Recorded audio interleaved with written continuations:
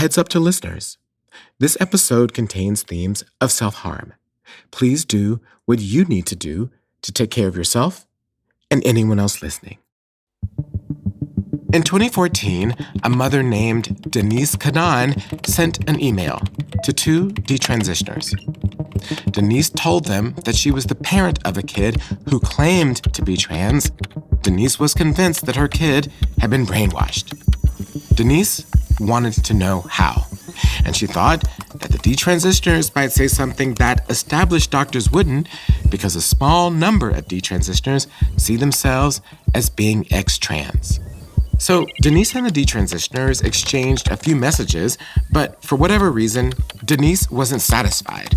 To vent her frustration about the very existence of trans kids, she started a WordPress blog and hoped that others would listen.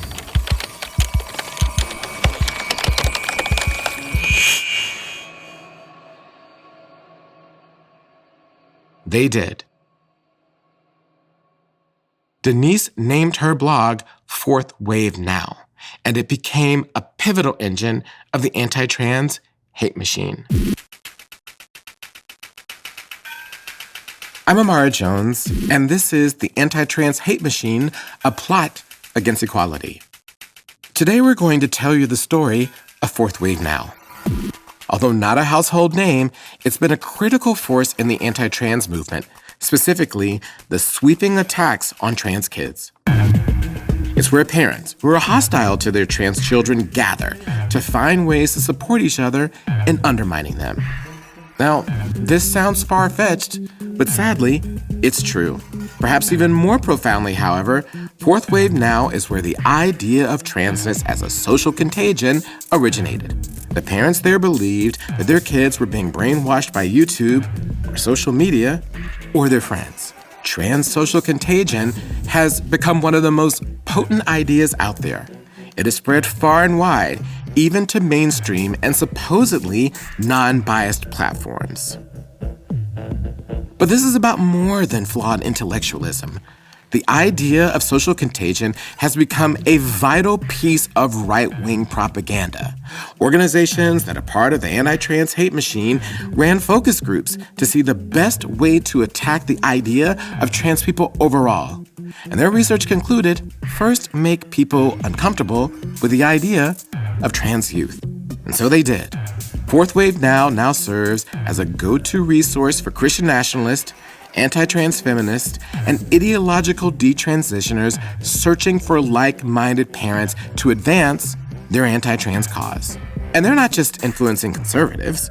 What we're seeing again and again is that parents who consider themselves to be liberal, who even say that they believe in trans rights, are falling for these ideas and preventing their children from getting the care that they need. Parents like Jeanne Ogden. Her relationship with her daughter Cam was changed forever by contact with this blog.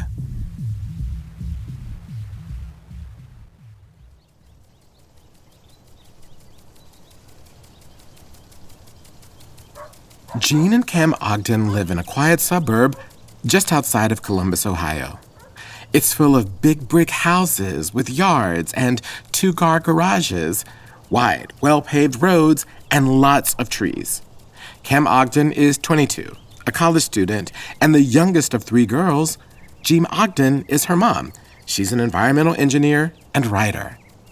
Cam's dad is also an engineer, and Cam's grandfather, Jeanne's dad, was a physicist at NASA for 35 years. All that to say, they're a curious, analytical, and deeply rational group of people. You might even use the word nerdy. Yes, my husband's ringtone, I believe, is the Star Trek, I can call them nerds because I'm a nerd too. It's like the Star Trek, their little, whatever they call them that they carry around in their hands. So yes, we're very nerdy, all of us. I think they call them communicators. So I got along with Jeanne and Cam right away. Like most queer people, Cam was always a little different from her peers, but not in a bad way. Well, Cam was full of energy. That's the first thing. And Cam loved to make people laugh.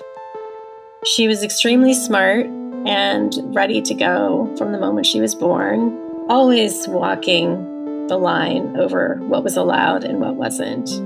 When Cam was young, she started to realize that there was something different about her. That the way that the world saw her really didn't fit with the way that she saw herself. I didn't have the language yet, but when I was 4 or 5 or 6 years old, I stole a bunch of my older sister's jewelry. But I didn't know what to do with it because I knew if I was seen wearing it around, that wouldn't go over well. So I just hid it underneath like my dresser, and I didn't know what else to do with it. And I knew that I didn't necessarily actually like jewelry specifically, or like their jewelry. I just didn't like that separation. And I didn't like the fact that like, oh, that's a girl thing, you're a boy, you can't do that. Eventually, Jeanne found the stolen jewelry. Neither her nor Cam's dad thought much of it, but for Cam, it was incredibly meaningful. What struck me the most, and what I remember the most, isn't actually the desire. It's the shame that I felt because I knew in some ways that I was kind of being told that the way that I was feeling or the things that I was doing were wrong. Who did you feel was telling you that? I guess it would be whoever dragged the jewelry out from underneath my dresser, which would have been one of my parents. And I remember like being like, okay, yeah, I took their jewelry, like that's bad, but why is it bad that I took their jewelry? Because when my sisters take each other's jewelry, it's not this big of a deal. So Cam continued in her own quiet but defiant way to express her gender. She liked to wear her sister's running shoes because they had "I run like a girl" written on the soles. And when she was feeling particularly safe, she'd wear dresses in the theater troupe that she was a part of. I got involved in musical theater at a pretty young age, like 9 or 10 years old, and I would be an extra as a little kid, right? Or like a part of the chorus. And when I knew people who didn't know me were watching the show, I would wear dresses, and no one cared. And so I just got to sort of do my own thing. Cam hadn't yet labeled herself as trans. She had no idea what that even meant. She just wanted to express who she was. And so theater became a kind of refuge for her, a place where she could play roles as a girl and feel more like herself. But then puberty hit, and Cam's safe space, being on stage, suddenly flipped upside down. The first real super physical reaction of puberty was my voice. And so I started to get cast in leading male roles, like Robin Hood in the production Robin Hood, or like the lead actor in a Western that I remember doing, or I was the king in Sleeping Beauty, and I just absolutely hated it. And so I noticed the changes. And I just fled from it because I just immediately quit theater, and I quit doing really anything that was emotionally cognizant. Cam dropped out of theater and threw herself into activities where she wouldn't have to think so much about her body. I got into robotics, which is something I'd already sort of been doing for a bit, but I kind of like threw my whole soul into it. And I sort of buried myself in a super analytical, super logical world that didn't have to deal with the real world or my body or anything like that. Cam was throwing herself into whatever she could to distract herself from the growing dysphoria that she felt.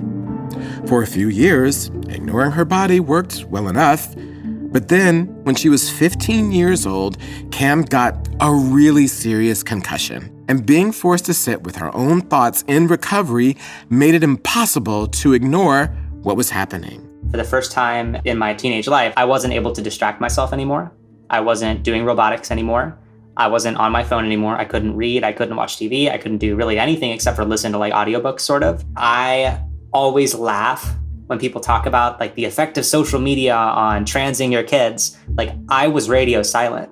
It was the fact that I was alone with myself for the first time, truly alone with myself, with no distractions, that I was able to actually parse through these feelings that I'd already sort of come to, but had avoided.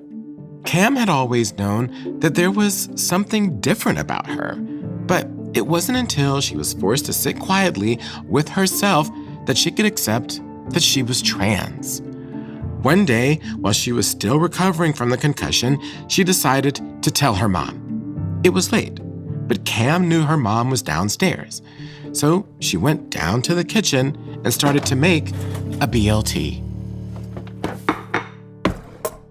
I I got out some like lettuce and some tomato and some bacon that we'd made like a couple of days previous, or maybe just a day previous. And I put it all together. And I sat down and probably had some cheese in it because I like cheese. I took like 3 huge bites of it. This was the first time that Cam was ever going to tell anyone that she was trans. The first time that those life-changing words would actually leave her mouth. Then she came over and she looked at me. She says, "Mom, I have something to tell you." And when your child says that, your antenna goes up, a little worried. Jeanne watched Cam closely. She had no idea what was coming. And then I took more bites, and she sat down and she was looking at me like expectantly. She said, "I'm a girl." And at first, I thought she was teasing me because she's Cam. And she said, "No." She's like, I'm trans." And it was a shock to me. I had never considered that or thought that was on my radar at all. Cam wasn't sure how her mother was going to react to hearing that she was trans. What was the look on her face? I'll just say I've seen the same look on a lot of people when they're looking at like a puzzle or like a new sort of like intersection in their town, right? Of alertness and a little bit of trepidation. Despite Jeanne's initial shock, Cam thought that her plan had worked because of how their conversation ended. I said, "We love you and we'll be here for you. We'll figure this out together." And, she put her little arms around me and she said, "Mom, I love you. You're the best mom in the world." So far, it had all gone better than expected. With her mom seemingly on her side, Cam felt that everything would eventually be okay. But a lingering worry that Cam had was telling her dad. Telling him felt more emotionally risky because Cam was actually closer to her dad. So she hoped that her mom would somehow help prepare him for the news. But what Cam didn't know as she went upstairs is that Jeanne had deep reservations. Jeanne stayed downstairs, trying to process what Cam had just told her. And I thought, I don't know how I'm going to do this. It was more than just doubt, though. I've never considered myself homophobic or transphobic or any of those things, But when it's your own child, things complicate themselves in your head. And I was afraid. And they call it transphobia for a reason. And whether, you do it in an outright hateful way toward other people or whether you're afraid for your own child, it's the same thing. Jeanne's transphobia, though unnamed, would color every parenting decision moving forward. And that would make the next few years of Cam's life very difficult and very confusing. Jeanne didn't believe that Cam was actually trans, so she began throwing up a series of roadblocks to prevent dealing with Cam's gender identity. First, she said that Cam needed to fully heal from her concussion before seeing a doctor, so Cam waited. Then, after a while, Jeanne said Cam needed to work on her self-esteem, so Cam waited some more. But in a spark of hope, Jeanne and Cam finally went to see a pediatrician. So the pediatrician at the time talked to Cam for maybe 10 minutes and then said, "Well, I think Cam knows what she needs, and let's get her an appointment with an endocrinologist to move forward with treatment," which took me by surprise and also concerned me at the time because of my own attitude toward what it would mean to be trans. To be clear, what this pediatrician did was consistent with current medical advice. The consensus among clinical associations and experts like the American Academy of Pediatrics, the American Medical Association, and many, many others is to evaluate and listen to a young person when they come out as trans. That's because the evidence shows that trusting trans kids is the right thing to do. But Jeanne rejected that. I had convinced myself that this was a phase, that Cam was looking for a way to understand herself better, but that it would pass.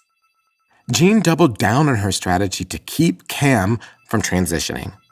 Not only by seeing doctor after doctor and therapist after therapist, but there were also medical professionals who she resisted seeing. I chose not to pursue an appointment with the endocrinologist or a gender therapist or a clinic that would have known how to best care for her. And on top of this, Jeanne came up with yet another delay. She told Cam that before medically transitioning, she had to come out to her dad. Now, to be clear, involving Cam's father was not something that Jeanne had wanted to do originally, but she knew that Cam and her dad were close, and that adding this hurdle would stall the process further. Just the thought of revealing her gender identity to her father was terrifying to Cam. I knew that my relationship with my dad was so at the time tied to the fact that I was his quote unquote son. And I was terrified of losing that without having any other support. After months, she worked up the courage to tell her dad who she truly was. But given her strong connection with him, the response was a gut punch. And he kind of said something along the lines of like, well, you know, everyone kind of goes through phases of this sort of thing. And I think he said at one point, like, you know, I didn't have a girlfriend for a long time. And like, so I didn't really know what was going on. I remember just feeling very sad. I remember just feeling very, very defeated because I was hoping, I don't know why I was hoping, but I was hoping that he would be like, oh, okay, yeah, this is a problem to solve. All right, let's work on like how we can help you be trans. Her dad's response, her mom's delays, and the numerous medical appointments, which went nowhere, took their toll.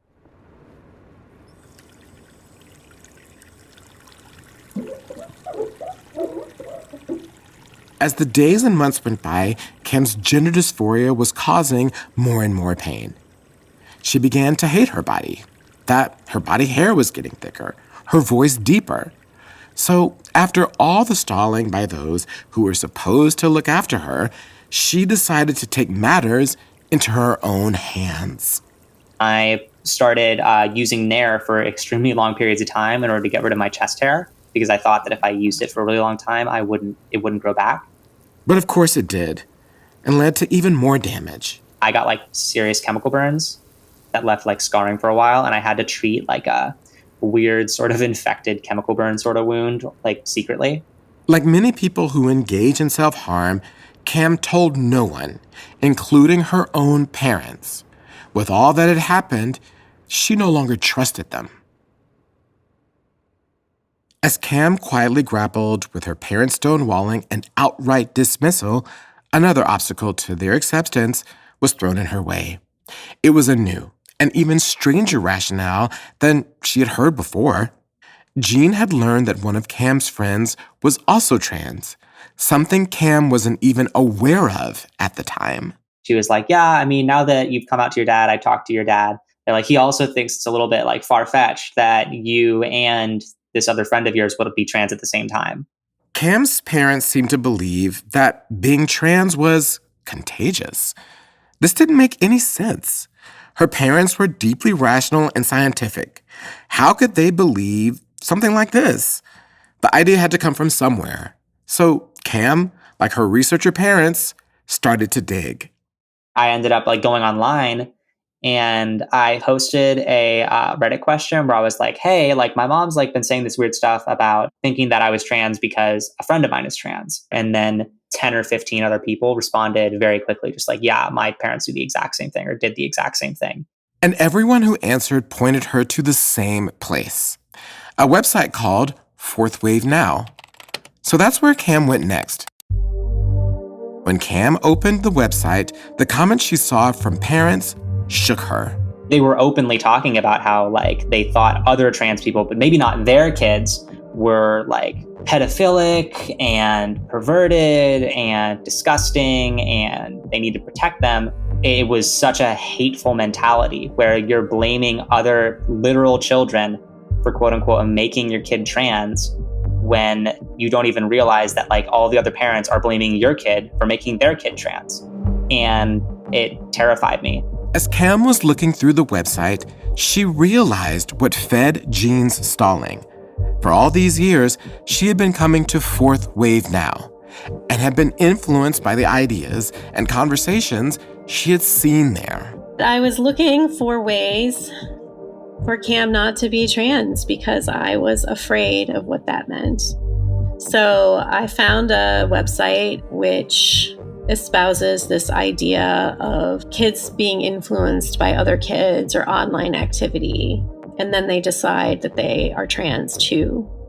When you open Fourth Wave Now, the first thing you see is a quote from a poem, beloved by anti-trans feminists, called Diving into the Wreck. The lines are superimposed over a pixelated image of a scuba diver discovering a shipwreck. Even at first glance, you can tell that Fourth Wave Now has no apparent ties to any medical professionals and that many of its members are opposed to their children's transition. There was information on there about feminism and, boys are boys, girls are girls. In my head at the time, I felt like some of their arguments were suspect, but I also, could relate to the idea that perhaps Cam was influenced. Parents on Fourth Wave Now were using the phrase social contagion to describe what they thought was happening to their kids. It's the idea that kids who identify as trans are only doing so because of influence from friends or the media, or even the medical industry. And Jeanne bought what they were saying hook, line, and sinker. This militant language made me believe that if I take her to a gender clinic, that they might make her trans, and that if Cam were not trans, she would regret it in the long run. After reading through the post on Fourth Wave Now, Cam worried that continuing to bring up transitioning would harden her parents' opposition. If I hadn't known that the things that she was saying and the beliefs that she had, if I hadn't known that they were backed up by this massive conspiratorially minded cult of chromosome worshipers, I would have felt more confident fighting back to advocate for myself, to my mom specifically, and I think things could have turned out differently. Eventually, Cam stopped bringing up transition altogether.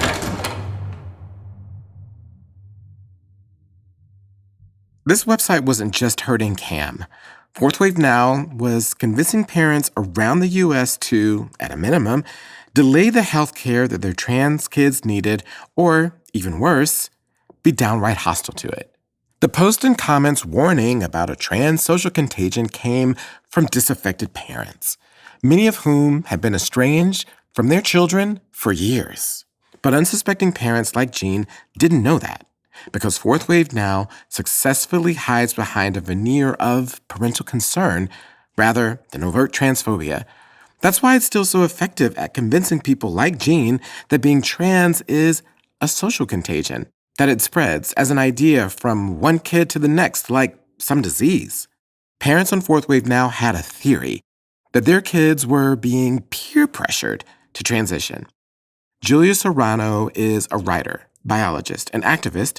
She's the author of Whipping Girl.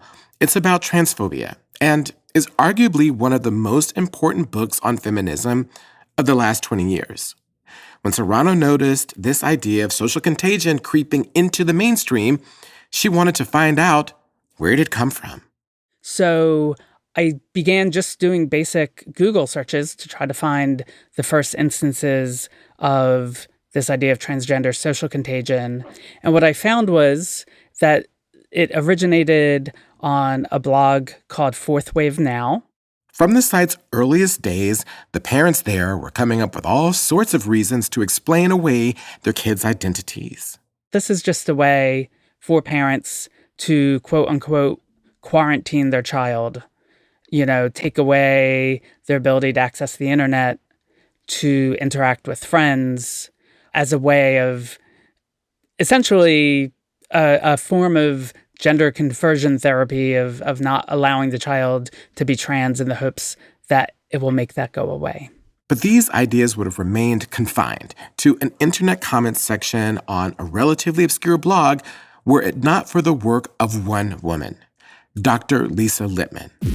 Dr. Lippman would give this idea of social contagion the stamp of scientific credibility. I found a couple of websites where parents were describing that their kids became gender dysphoric out of the blue in the context of friend groups, often after being immersed in social media. That's Dr. Lippman on the podcast Gender, A Wider Lens. Before 2016, Lippman was a practicing obstetrician-gynecologist and a relatively unknown researcher at New York's Mount Sinai School of Medicine and Brown University.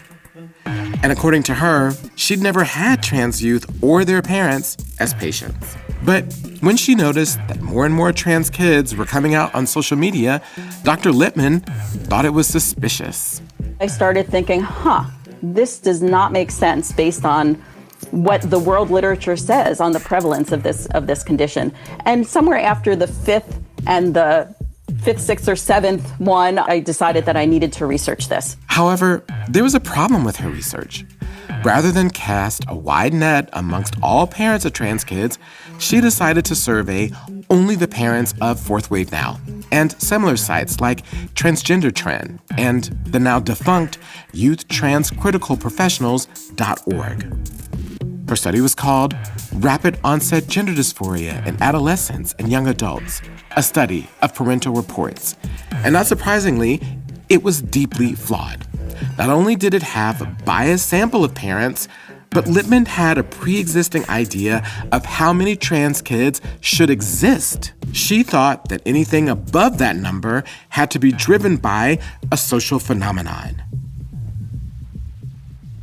I looked at the social media around this topic, and what I found was something, was really some very unhealthy content in which individuals were asking whether certain things or certain experiences meant that they were trans. And the answer was almost universally yes. Yes, it does.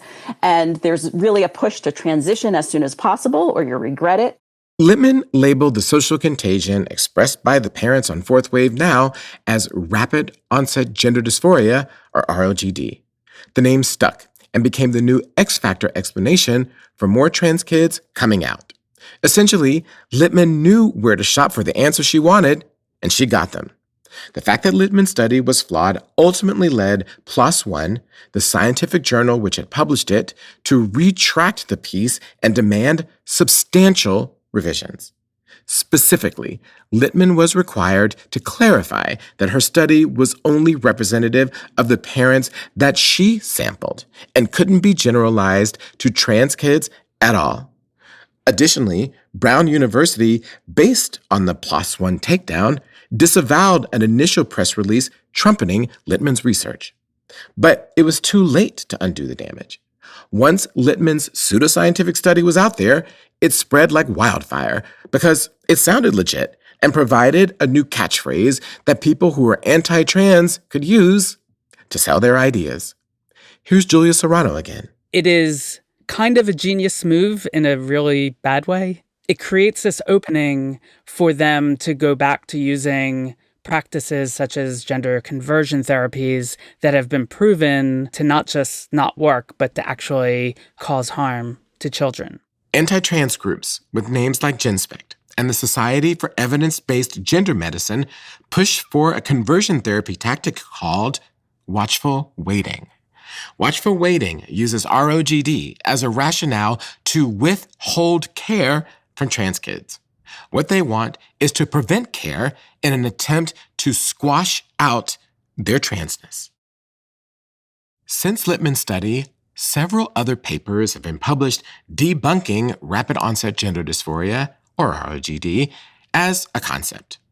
But the idea has stuck, and even Lippman herself has had staying power.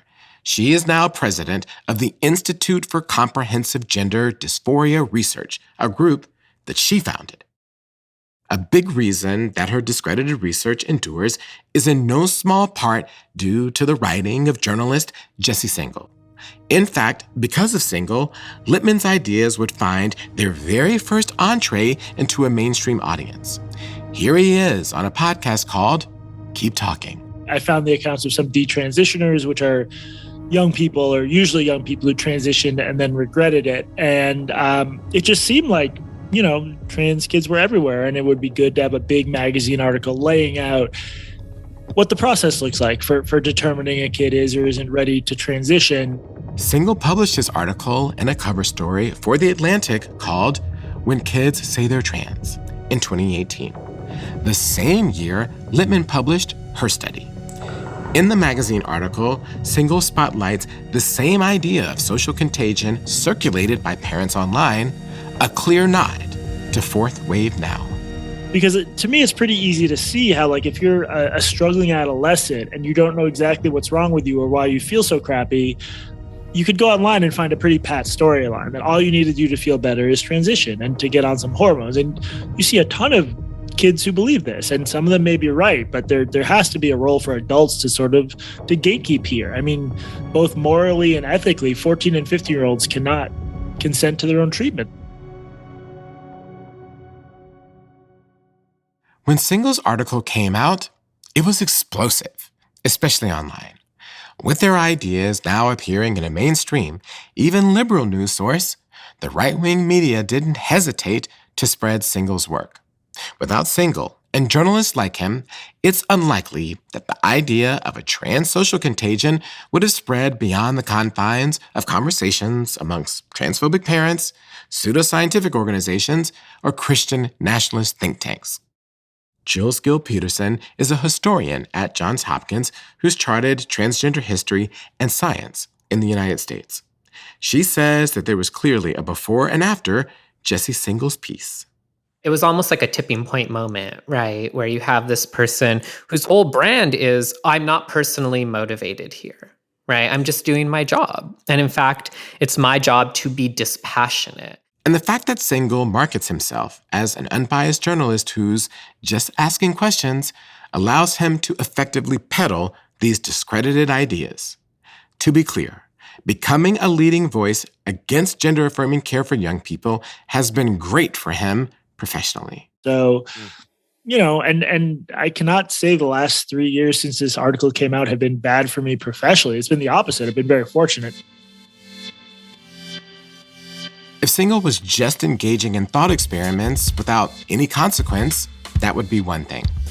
But the point of the disinformation that he helps to disseminate is that it does have real-world consequences. This goes beyond cyberspace and intellectual cocktail parties.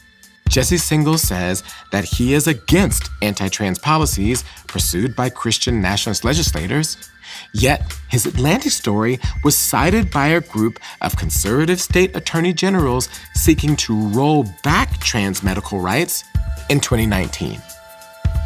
And ROGD, the social contagion myth that he's helped to spread, is cited by conservative legislators and their so-called expert witnesses all the time.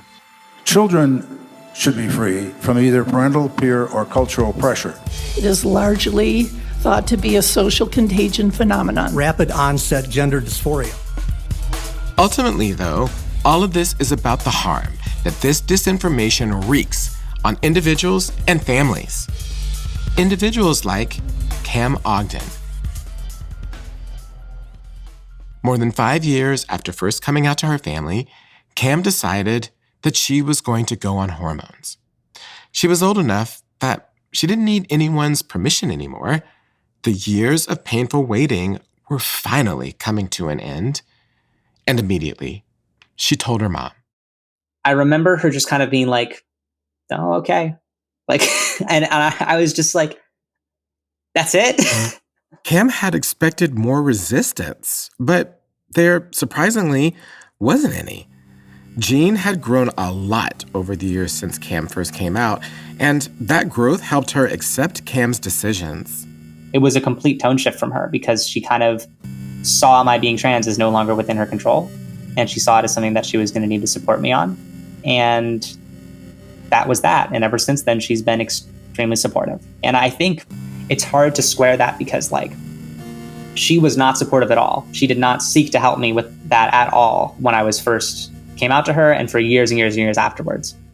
But I think just again, she has a lot of emotional maturity and she has the capacity to sort of come around and understand that like this isn't going away, this is me. And unlike a lot of other people, she was able to accept that. So yeah, I'm lucky that it didn't tear apart my family. If anything, Cam's transition has actually strengthened her family. When she told her dad a few months later, he wrote her a letter telling her that he supported her. And her older sisters, all the way on the other side of the country, were fully supportive. They collaborated behind my back and put together a charm necklace for me, and they mailed it to me. And I sent it to them. I sent a picture of that necklace to them, not of me wearing it though, of it underneath the dresser that I used to hide all their jewelry. And they said, you finally have something shiny of your own.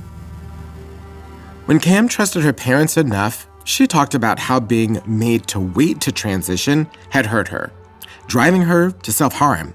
And it was at that moment that Jeanne realized the depth of the mistake that she had made as a mom. And I should have known, because I've struggled with mental health issues myself, and I know how bad and how dark it can get, you know, inside your head when you're alone. And Cam was traumatized by that. Cam was terrified that, number one, her body was changing. They'll call it watchful waiting, but watchful waiting is not a neutral decision. While you're watchfully waiting your child to go through puberty, which for most children is a natural, healthy, wonderful, scary thing, for a trans child, it's terrifying.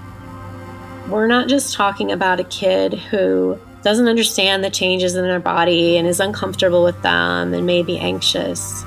Cam has talked about it's another whole level of discomfort. But for those of us who try to say, well, this was hard for me, it's 100 times harder for your child. 100 times.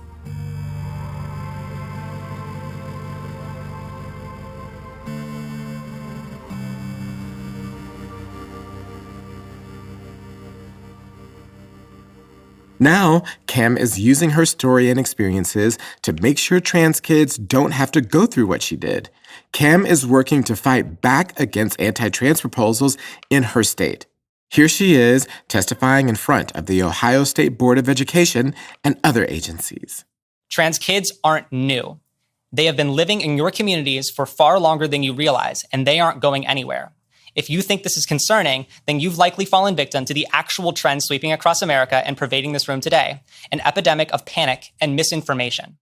She's shown up to committee meeting after committee meeting, but anti-trans parents also show up to these same meetings. And for Jeanne, those anti-trans parents and their testimony sounded exactly like the old post she read on Fourth Wave Now. They are so entrenched in their belief that it's all gender ideology and, you know, the media and the doctors are all conspiring to make our kids trans so that they can make more money. And so these parents show up and they say, my child was convinced to be trans. And these parents still do not have a relationship with their children, many of whom are approaching adulthood or who maybe are adults already. They would rather cling to this belief that their child is wrong and has been led astray than have a relationship with their children. For her part, Jeanne is working to repair her own relationship with Cam. This healing between us has been her rising to me and not me changing myself to fit with her. That's a huge, huge reason that this has worked. I think everyone who's listening to this should realize that, like, she has been rising and bettering herself to be able to be in my life. I have not changed myself at all to be better for her, to have a relationship with her, because fundamentally, I just can't do that. I can't fit in that box for her. And she doesn't need me to anymore. Ultimately, Jeanne was able to break away from the anti-trans propaganda which harmed her family and pushed Cam to the brink. But sadly, Jeanne's story is not a singular one. It has been replicated countless times, and the idea which drove it, that being trans as a kid is the result of a social contagion, is thriving in America right now. It's being sold as some sort of a snake oil by an entire infrastructure that's bent on pushing pseudoscience in order to undermine the idea of trans people overall. The fact that it's finding so much traction right now shows that the contagion is not trans kids coming out. What's infecting our culture, body politic, and the lives of families is the theory of rapid onset gender dysphoria. That's the actual pathogen here. But Supreme Court Justice Louis Brandeis once said that sunlight is the best disinfectant. That's why we have to expose these concepts for what they really are. It's the only way to neutralize them and to protect kids all across the country who are just like Cam.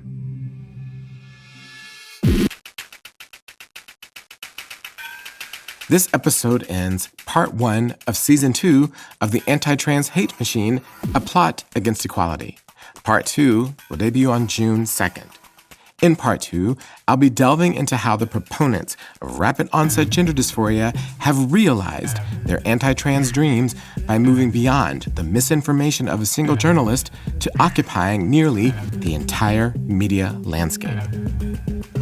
This realization of their strategy to manipulate the public and contort the entire conversation about trans rights is frightening in its effect, and it has massive implications for media, journalism, and our democracy.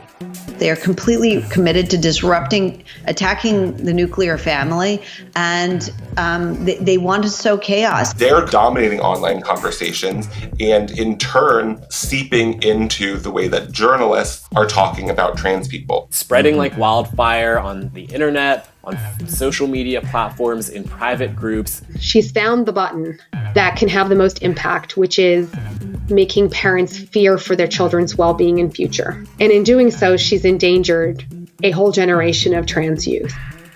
Visit www.translash.org/anti-trans hate machine for additional content, including videos, transcripts, and infographics to dive even deeper into how the Christian nationalist movement is targeting transgender people. And follow us on social media at TransLash Media for even more anti-trans hate machine content. If you appreciate the reporting we're doing on the anti-trans hate machine, please consider donating to TransLash Media.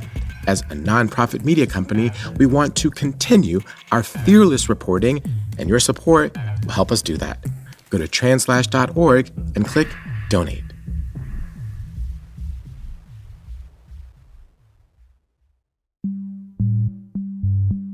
The Anti-Trans Hate Machine is hosted and executive produced by me, Amara Jones. But of course, it would not be possible without a large team who have devoted more than 1.5 years of their lives to this podcast to make it happen. Oliver Ash Klein is our senior producer, and Nicole Kelly is our editor. Our producers include Josephine J. McCullough, Anne Maria Wad, and Mara Laser. Our associate producers are Vera B., Ren Farrell, R. Robinson, Nicole Richards, and Tyler Wilson. Fact-checking for this season comes from Stephen Crichton. This series is sound designed by Xander Adams. Zach Lanius helped with audio production. Our social media team includes Daniela Danny Capistrano, head of digital strategy, as well as Brennan Beckwith, our social media producer. The music you heard in this episode comes from Broke for Free, Enigmaniac, Gavin Luke, Guy Copeland, Martin Moses, Oh the City, Silver Maple, Taylor Crane, White Drift, and Xander Adams.